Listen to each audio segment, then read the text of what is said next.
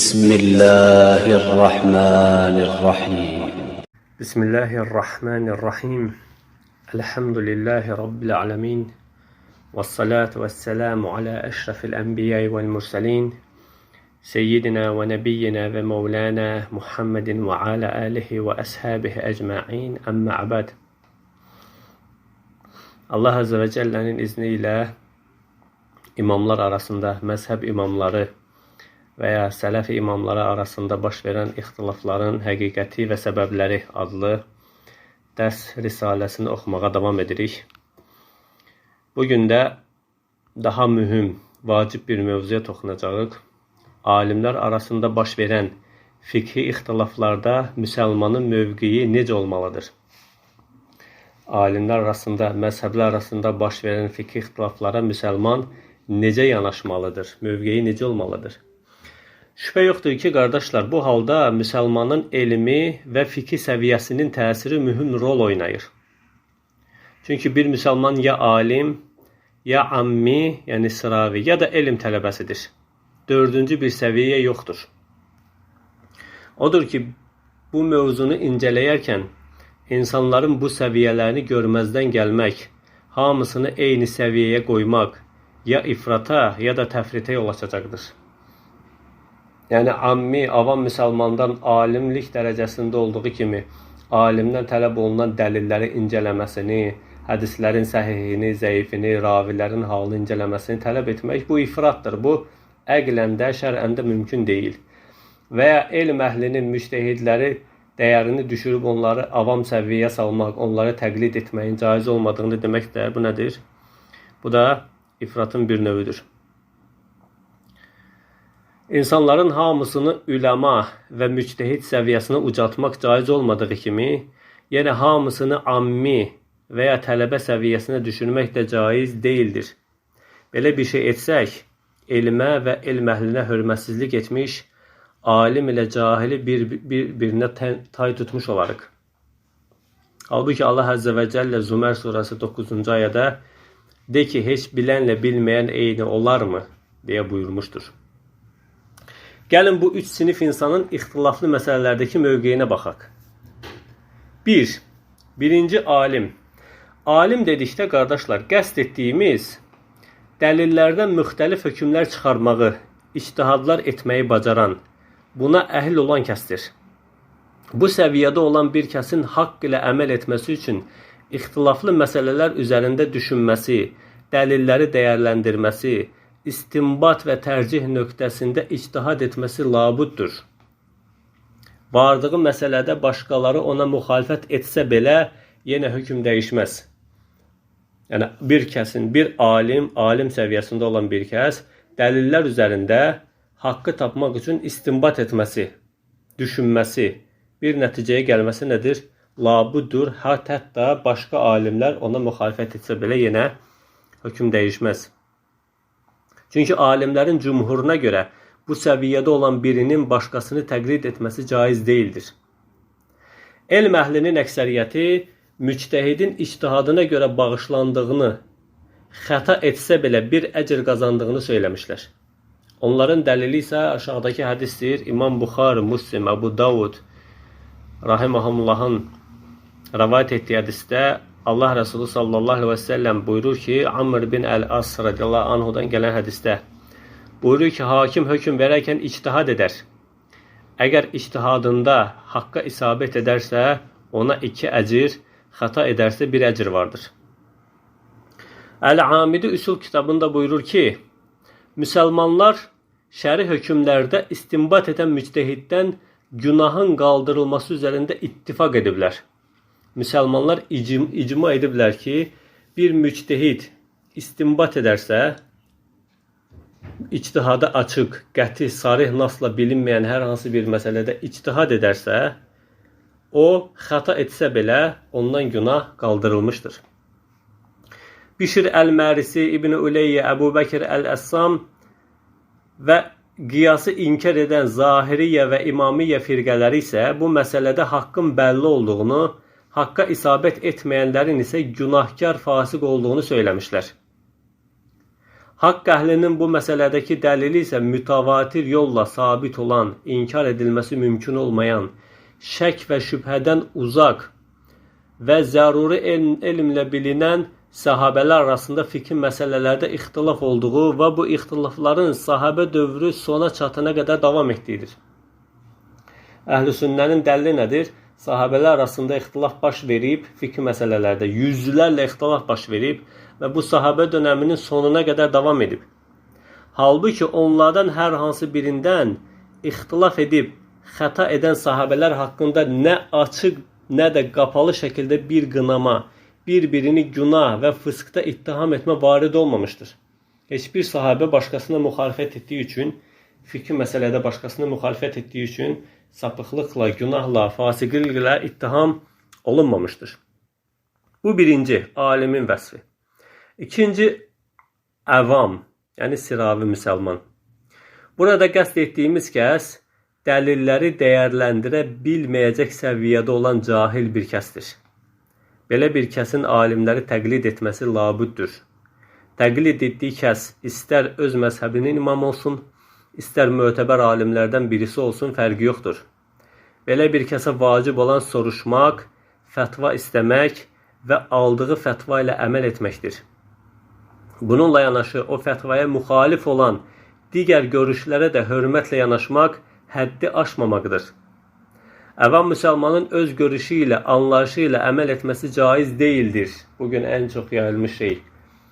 Hər bir cahil, avam biri hədisdən, ayədən istinbat edir, hökm çıxarır. Və o hökmü ilə əməl edir, insanlara da ona məcbur edir. Bu haramdır. Çünki Allah Əzzə və Cəllə Nəhl surəsi 43-cü ayədə buyurur ki, əgər bilmirsinizsə, zikr əhlindən soruşun. Bu ayə ilə cahilin öz anlayışı ilə əməl etməsini qadağan etmiş və elm əhlindən soruşmağı əmr etmişdir. Əks halda öz hava və həvəsi ilə əməl etmiş olacaqdır. Xatib əl-Bağdadi buyurur ki, təqlid etməyin caiz olduğu kəs o kəsdir ki, o şəri əhkamları necə əldə etməyin yollarını bilmir. Bu kəsə bir alimi təqlid etmək və onun görüşü ilə əməl etmək caizdir. Çünki Allah Əzzə və Cəllə bilmirsinizsə zikr əhlindən soruşun buyurmuşdur. Mü'təzilə firqəsi isə, qardaşlar, belə deyir. Əvamın alimin görüşü ilə dəlilini bilmədən əməl etməsi caiz deyildir. Əvam bir müsəlmana alimin görüşü ilə əməl etməsi caiz deyildir, hətta o alimin dəlilini bilməyənə qədər. Bir kəs bir alimdən hər hansı məsələnin hökmünü soruşarkən, ona bu hökmü necə əldə etdiyinin yollarını soruşmalı, o da ona bunu öyrətməlidir, bundan sonra bu görüşlə əməl edər. Mü'təzilə deyir ki, bir alimdən, əvam insan bir alimdən bir şey soruşursa, ona görüşə necə çatdığının, o görüşə necə vardığının dəlillərini, yollarını soruşmalıdır, istinbat yollarını soruşmalıdır. O alim də ona istinbat yollarını, üsul qaydalarını, dəlildən hökm çıxartma üsullarını öyrətməlidir. Ondan sonra həmin alimin görüşü ilə əməl etmək caizdir. Şübhəsiz ki, bu xətalı bir görüşdür. Çünki avam insanın fiqh təhsili almadan, istinbat yollarını bilmədən, qiyas yollarını bilmədən, hansı hallarda qiyasın səhih, hansı hallarda fasid olduğunu bilmədən istinbat yollarını bilməsi mümkün deyildir. Avamı belə şeylə mükəlləf tutmaq, gücünün çatmayacağı şeylə mükəlləf tutmaqdır və bu da mümkün deyil. Yəni, həqiqətən, qardaşlar, İmam Xatib əl-Bağdadi çox doğru bir nəticəyə gəlmişdir. Biz günümüzdə bunu artıqlaması ilə görürük, şahidik buna. Məzhəbləri təqlid etməyin haram olduğunu, hər kəsin yalnız Quran və sünnətin dəlilləri ilə əməl etməklə mükəlləf olduqlarını iddia edərək, özləri ilə ziddiyyətə düşənlər nə qədərdir? Bunlardan bəziləri ilə danışdıqda özləri iddia etdikləri şeyə müxalifət etdiklərini görərsən. Adicə gündəlik 5 vaxt namazın qılınma şəkli, şərtləri, dəst namazın alınma qaydaları, namazı batil edən şeylər və s. haqqında yüzlərlə hədis ayə varid olmuşdur. Bir kəs 5 vaxt namazı dəst namazdan başlayaraq təslimə qədər səhih hədislərlə, daha doğrusu səhih hədislərə əsaslanaraq qıla bilməsi üçün yüzlərlə hədisi bilməli, onları sənədləri ilə, raviləri ilə hədislərin səhihini, zəifini bilməlidir ki, kimisə təqlid etmədən sırf Quran və sünnətlə əməl etmiş olsun. Bunu isə hər kəsdən tələb etmək nə əqlən, nə də şər'ən mümkün deyil. Hətta bunu iddia edən kəslərin bir neçəsi ilə söhbətimdə belə ona şahid olmuşam ki, ondan qıldığı namazın Allah Rəsulü sallallahu aleyhi və səlləmin namazı olduğunu ispat etməsi üçün dəlil tələb etdikdə, mənə sənədi ilə bircə dənə belə səhih hədis zikr edə bilmirlər. Deyəndə ki, Allah Rəsulü sallallahu aleyhi və səlləm qıldığı sübh namazının ki, Allah Rəsulü sallallahu aleyhi və səlləm filan kəsdən səhih sənədlə filan kitabda rəvayət olunduğu səhih sənədlə mənə danış ki, sübh namazını bu şəkildə qılardı. Rukiyə belə gedərdi, səcdəyə belə gedərdi, belə edərdi. Danış, heç vaxt danışa bilmədilər. Yəni, bunlar neçəsi ilə bu haqda danışdıqda bunu ispat edə bilmirlər. Və bunu nəzərə alaraq imamlar müxtəsər fiqh kitabları təsnif etmişlər ki, avam insanlar o kitabları oxuyaraq ona əməl etsinlər.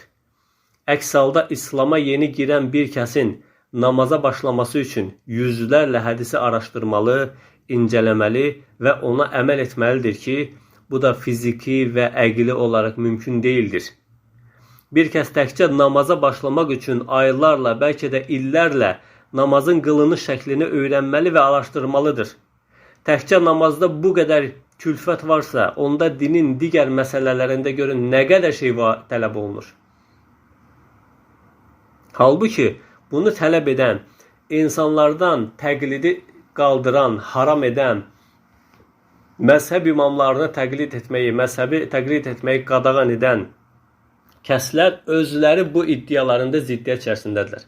Özləri bu tələb etdikləri şeylərə əməl etmək qabiliyyətində deyirlər.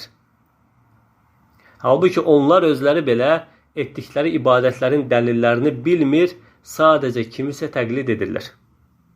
Yenə məsələn, tutaq ki, yaşı ötmüş bir kəs və ya İslam elmlərindən heç bir xəbəri olmayan kəs İslamı qəbul edib. Şübhəsiz ki, onun üzərindən namaz, oruc, zəkat, həc və s. vacib olmuşdur. Bu kəs gəlib səndən namazın necə qılındığını soruşduqda, sən ona dəstəmazın necə alındığını, nələrin dəstəmazı batil etdiyini, namazın necə qılındığını, nələrin namazı batil etdiyini, namazın şərtlərini, namaza başlamazdan əvvəl lazım olan, vacib olan şərtlər, namazın içərisində namazın vacibləri, namazın müstəhəbləri, namazı batil edən şeylərin hamısını bir-bir dəlilləri ilə izah edirsən. Hamısını ayələrlə, hədislərlə, hədislərin sənədlərini rəvayət edərək, ravilərin halını danışaraq mı izah edəcəksən? Əlbəttə, bunu etməyə cəhd etsən, həm özünü, həm də onu hədər etmiş olarsan. Hər bir kəsə bu şəkildə yanaşmaq mümkün deyildir. Hər kəsin elmi bu şəkildə öyrənmək imkanı yoxdur. Yoxsa ona mücərrəd olaraq namazın qılınış şəklini, dəstəmazın alınış şəklini fiziki olaraq, praktiki olaraq, əyani olaraq öyrədəcəksən ki, bəli, bundan başqa yolun da yoxdur. O zaman həmin avam kəs səni təqlid etmiş sayılacaq. Halbuki siz məzhəb imamlarından hər hansı birini təqlid etməyi başqa din, Quran və sünnətdən fərqli din hesab edirsiniz. Yəni, əvamın hökm məsələsində Amidi Üsul kitabında belə buyurur. Əvam ictihad əhliyyəti olmayan kəsdir. Belə bir kəs müctəhidlərin ictihadına etibar etməli və onların fətvasını nəzərə almalıdır. Mü'təzilə və Nəzzami firqəsi isə əvamın müctəhidə tabi olmasını qadağan etmiş və müctəhidə yalnız müctəhidin ictihadının səhih olduğunu dəlilləri ilə bildikdən sonra ona tabi olmağa caizdir demişdir. Yəni, dediyim kimi, əvam bir kəs elm əhlindən bir məsələnin hökmünü soruşur, o alim bu məsələnin hökmünü dəlilləri ilə zikr etdikdə, istinbat yollarını öyrətdikdə, o dəlilə necə vardığının yolunu öyrətdikdən sonra xəbər verdikdə ona tabi olmaq caizdir. Halbuki nas, icma və əql dəlalət edir ki, bu səhv bir görüşdür. Səhabə, tabiin zamanında əvam kəslər müctəhidlərə gələrək fətva soruşar, onlar da dəlilini zikr etmədən onlara cavab verərdilər. Onlar əvam kəsləri dəlilsiz əməl etməkdən də mən etməzdilər, qadağan etməzdilər. heç kəs də buna görə başqasını qınamazdı. Əqli dəlilə gəldikdə isə, qardaşlar, ictihad əhli olmayan şəriətin bütün əhkamlarına necə əməl edəcək? Bir kəs ictihad əhli deyil. Bir kəs əvam müsəlmandır. Gündəlik işinə gedib bir tikə çörəyini qazanan adamdır. Onun saatlarla, günlərlə, gününün bütün hissəsini elmə sərf etməyə nə vaxtı var, nə imkanı var, nə də əqli səviyyəsi var. Elmi səviyyəsi var. Bu adam necə edəcək? Ya dəlilini bilmədiyi üçün ona əməl etməyəcək ki, bu hər iki tərəfdən rədd edilən bir şeydir. Adam namaz qılmağın şəkillərini, dəlillərini hədislərlə, ayələrlə bilmir. Mən bilmirəm deyə nə edəcək? Namazı tərk edəcək? Yox. Ya da ona əməl edəcək. Əməl edərkən ya dəlilini bilərək, əməl edərək, ya dəlilini bilmədiyi üçün təqlid edərək edəcək. İki haldan birindədir. Dəlili ilə əməl etməsi mümkün deyildir. Çünki bu həm adamı və digərlərinin bütün işlərini, güclərini həmin adamın və digər bütün insanların işlərini, güclərini tərk edib, dünyavi bütün məşğuliyyətlərini tərk edib, dəlillərin araşdırılması, hökmlərin incələnməsi mükəlləfiyyətinə məcbur edəcək. Yəni bir sənətkar öz sənətini səhərdən axşama kimi çörək bişirən bir kəs öz çörək bişirməyi, hərb ilə məşğul olan əskər hərbini, siyasətçi siyasətini tərk edib, etdiyi hər bir əməlin, ibadətin, halalın, haramın dəlilini araşdırmaqla, incələməklə və bu haqda gələn hədislərin səhihini, zəifini araşdırmaqla, hədis ravilərin durumlarını təhqiq etməklə məşğul olmalıdır ki, zərrə qədər əql sahibi ilə belə bir şey iddia edə bilməz. Yəni bir kəsə səhərdən axşama kimi ailəsini dolandırmaq üçün çalışan birisinə işini tərk edib, etdiyi gündəlik ibadətlərin hökmlərinin, halalların, haramların dəlillərini öyrənməyi əmr edən, ona hər hansı bir müctəhidi təqlid etməyi qadağan edən, məzhəblərin müxtəsər fiqh təlim əsərlərini oxuyub, ona əməl etməyi qadağan edən kəs, əqli qüsur olan bir kəsdir. Başa düşürsünüzmü, qardaşlar?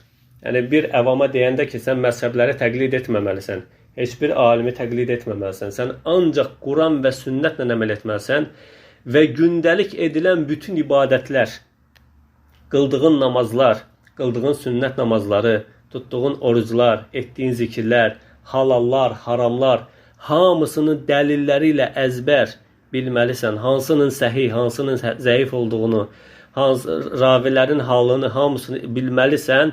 Yəni təqlid etməmək bu deməkdir. Bir adam təqlid etmirsə başqa birini, artıq nədir? Müctəhiddir. Bu adam bu səviyyədə olmalıdır. Sən insanlardan bunu tələb edirsənsə, hər bir kəsdən, gündəlik bir tikə çörəyini qazanmaq üçün yola çıxan hər bir kəsdən bunu tələb edirsənsə, bu adam işini, gücünü atıb, ancaq bu elmlə məşğul olmalıdır. Əqli başında olan heç kəs belə bir şey tələb edə bilməz. Bu ikinci hal, əvvamın halı. Üçüncü, mütəallim, elm tələbəsi. Elm tələbəsi dedikdə elmi səviyyəsi əvamdan üstün, alimdən isə aşağı olan kəs nəzərdə tutulur. Bu kəs elmdən bir miqdar əldə etdikdə əvamdan üstün səviyyə çıxır. Amma müctəhid səviyyəsinə çatmaz. Elm tələbəsi iki haldan biri üzərindədir. Birinci, ona kifayət edəcək elmi səviyyə, araşdırma və təhsil mövzusunda əzmkarlıq və qabiliyyət bəxş edilmiş kəs. Yəni dəlilləri araşdırma və dəyərləndirmə qabiliyyəti olan kəs. İkinci, elminin kifayət qədər olmaması, cəhdinin azlığı və lazımı qaynaqlara sahib olmayan kəs. Birinci qrupdakılar lazımı qədər çalışıb, araşdırıb, elm təhsil edib gəldiyi nəticə ilə qəlbini rahat edəcək görüşlə əməl edə bilər. Bu görüşü mənimsəyərkən digər görüşlərə də hörmət etməli, həmən görüşləri tərcih edən alimlərə də hörmətlə yanaşmalıdır. İkinci qrupda olan elm tələbəsinə isə öz ictihadı ilə, öz görüşü ilə əməl etməsi, öz görüşünü irəli sürməsi caiz deyildir. Çünki o, əhli olmayan, əhlindən sadir olmayan bir görüş meydana çıxartmışdır. Bu halda o, tamamilə avamın tabi olduğu hökmə tabidir. Çünki ictihad hər gələnin daxil olacağı, hər kəsə açıq mehmanxana qapısı deyildir. İctihad hər istəyənin istədiyi fətvanı verib, istədiyi hökmə varacağı bir mövzu deyildir.